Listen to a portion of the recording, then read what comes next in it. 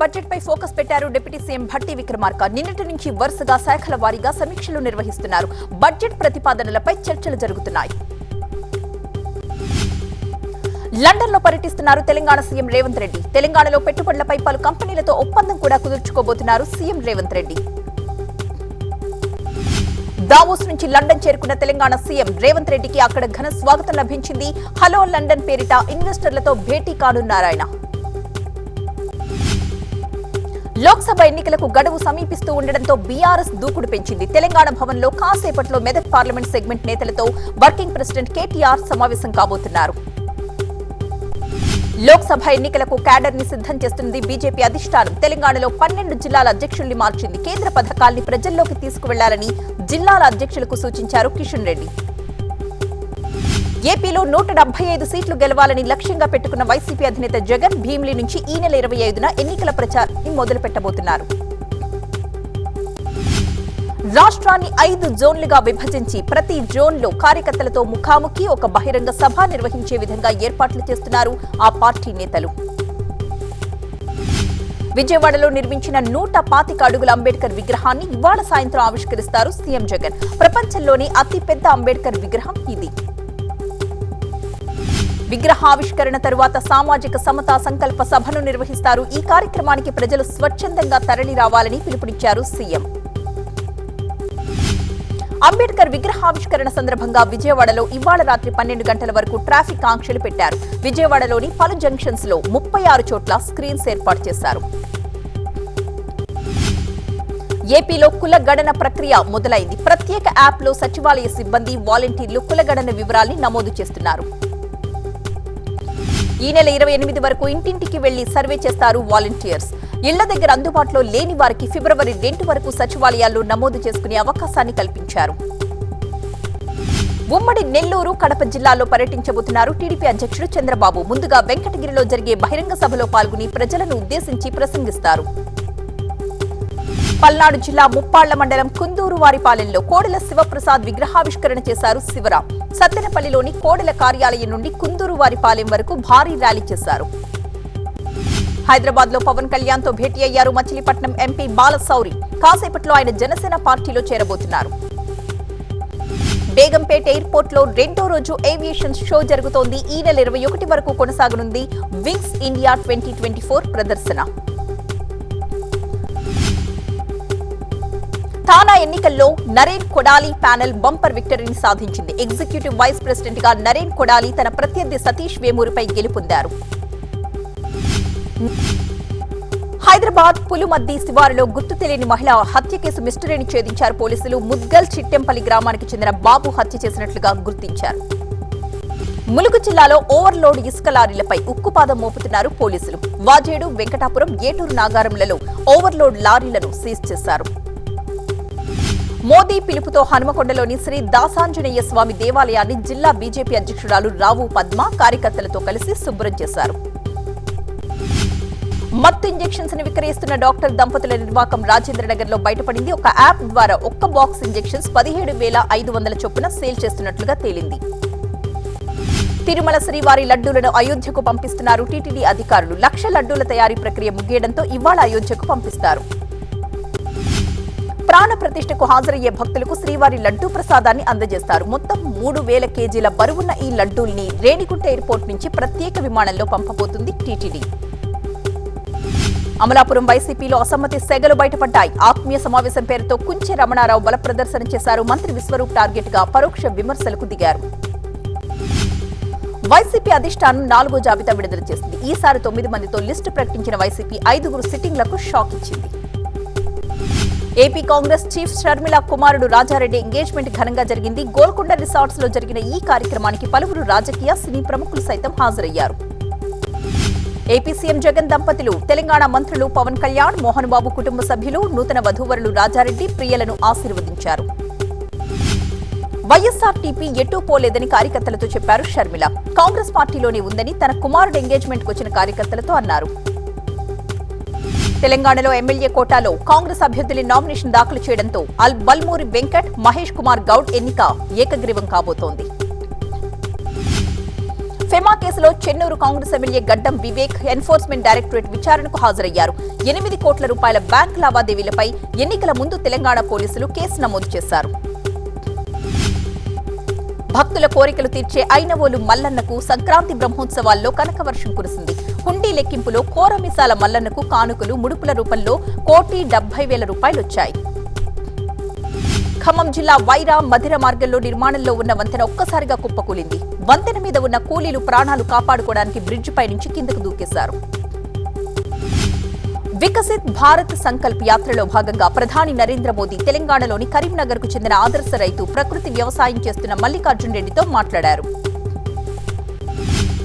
హైదరాబాద్ దూల్పేట్లోని హనుమాన్ మందిరంలో స్వచ్ఛతా కార్యక్రమం నిర్వహించారు ఎమ్మెల్యే రాజాసింగ్. తెలంగాణలో 1,500 కోట్ల పెట్టుబడులు పెడతామని దావోస్ వేదికగా ప్రకటించింది టాటా గ్రూప్. అదానీని విమర్శించిన సీఎం రేవంత్ దావోస్ లో ఆయనతో అలై బలై చేసుకుంటున్నారని ఆరోపించారు కేటీఆర్. తామిచ్చిన 6 గ్యారంటీలతో పాటు 5 ఏళ్లలో అన్ని సమస్యలు పరిష్కరిస్తామని భరోసా ఇచ్చారు మంత్రి కోమటిరెడ్డి వెంకటరెడ్డి. ఎన్టీఆర్ ఘాట్ దగ్గర తారక్ ఫ్లెక్సీలు తొలగించడంపై హాట్ కమెంట్స్ చేశారు యార్లగడ్డ లక్ష్మీప్రసాద్. జూనియర్ ఎన్టీఆర్ ఆకాశమంత ఎత్తులో ఉన్నారు, ఫ్లెక్సీలు తొలగిస్తే ఆయనకొచ్చే నష్టమేం లేదు అన్నారాయన. బకాయిలు చెల్లించాలంటూ రాజన్న సిరిసిల్ల జిల్లా మున్సిపల్ ఆఫీసులో కరెంట్ కట్ చేశారు విద్యుత్ అధికారులు. అయోధ్యలో లతా మంగేష్కర్ చౌక్, రాంపథ్, ధర్మపథ్ లో ఏటీఎస్ బలగాలు రూట్ మార్చ్ నిర్వహించాయి.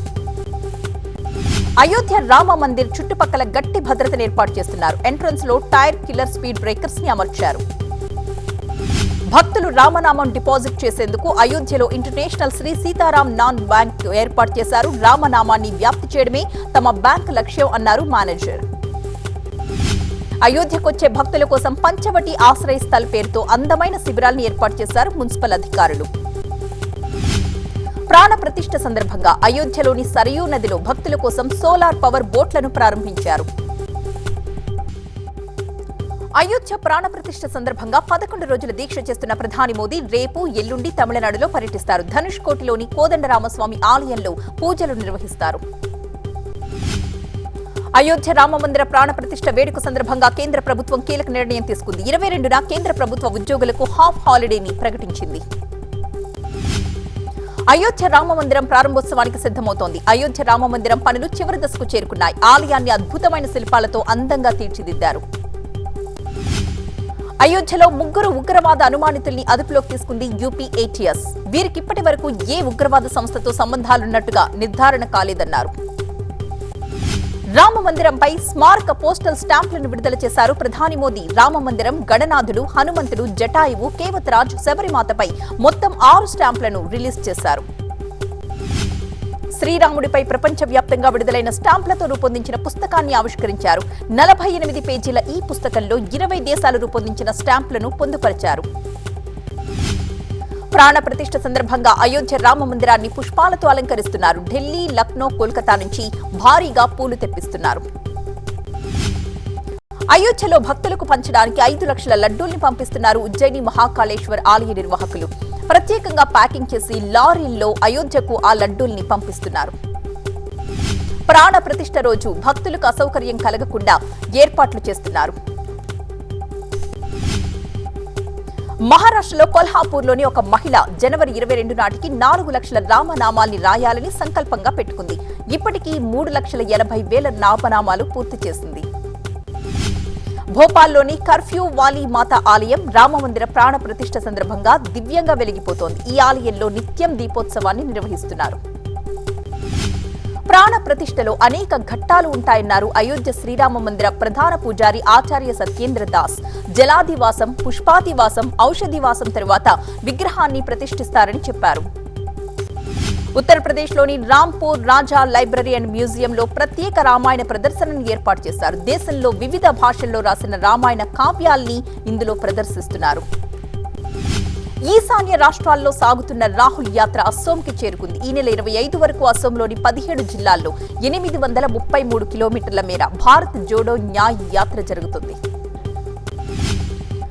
రాహుల్ న్యాయ్ యాత్రను చూసి తట్టుకోలేక విమర్శలు చేస్తున్నారని బీజేపీ నేతలపై మండిపడ్డారు రాజస్థాన్ మాజీ CM Ashok Gehlot. PF records లో పుట్టిన తేదీ కరెక్షన్ కోసం ఆధార్ ని అంగీకరించబోమని ఈపీఎఫ్ సంస్థ ప్రకటించింది. ఆధార్ గుర్తింపు రుజువు తప్ప అది పుట్టిన తేదీకి గుర్తింపు కాదని ఆధార్ సంస్థ ప్రకటించింది.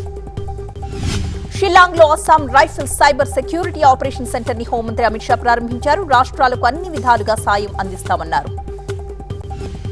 జోధ్పూర్ లో పాత కక్షలు భగ్గుమన్నాయి. ఖేరీ గ్రామంలో ఒక యువకుడిని కాల్చి చంపేశారు ప్రత్యర్థులు. ఊటీలో 9 ఏళ్ల బాలికతో అసభ్యంగా ప్రవర్తించాడంటూ రహదారిపై ఆందోళనకు దిగారు స్థానికులు. దీంతో కిలోమీటర్ల మేర ట్రాఫిక్ స్తంభించిపోయింది. గుజరాత్ వడోదరలో విషాదం. పిక్నిక్ కోసం స్కూల్ పిల్లల్ని హర్నీ లేక్ లో బోట్ రైడ్ కు తీసుకువెళ్లారు. ఓవర్లోడ్ తో పడవ మునిగడంతో 16 మంది మృత్యువాత పడ్డారు.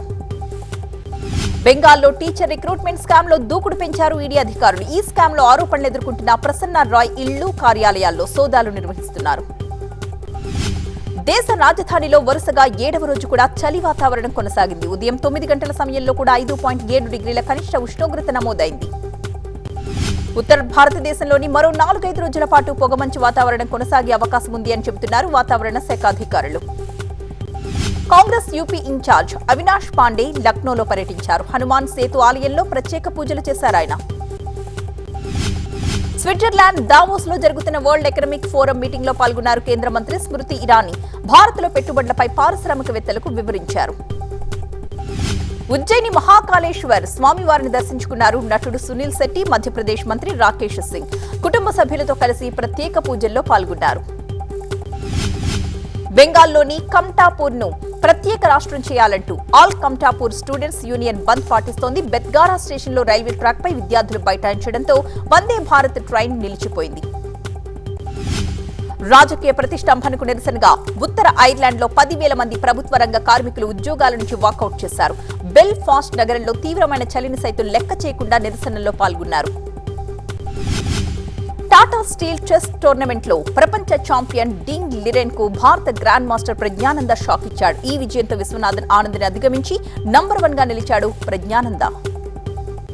సౌత్ ఆఫ్రికాలో ఇవాళ్టి నుంచి అండర్-19 వరల్డ్ కప్ ప్రారంభం కాబోతుంది. డిపెండింగ్ ఛాంపియన్ గా బరిలోకి దిగుతోంది భారత్. టీ20 ప్రపంచ కప్ లో ఆడే తుది జట్టు ఇంకా ఖరారు కాలేదన్నారు భారత కెప్టెన్ రోహిత్ శర్మ. కానీ ఈ టోర్నీలో ఆడే 10 మంది ఆటగాళ్లు ఎవరో తనకు తెలుసని చెప్పాడు.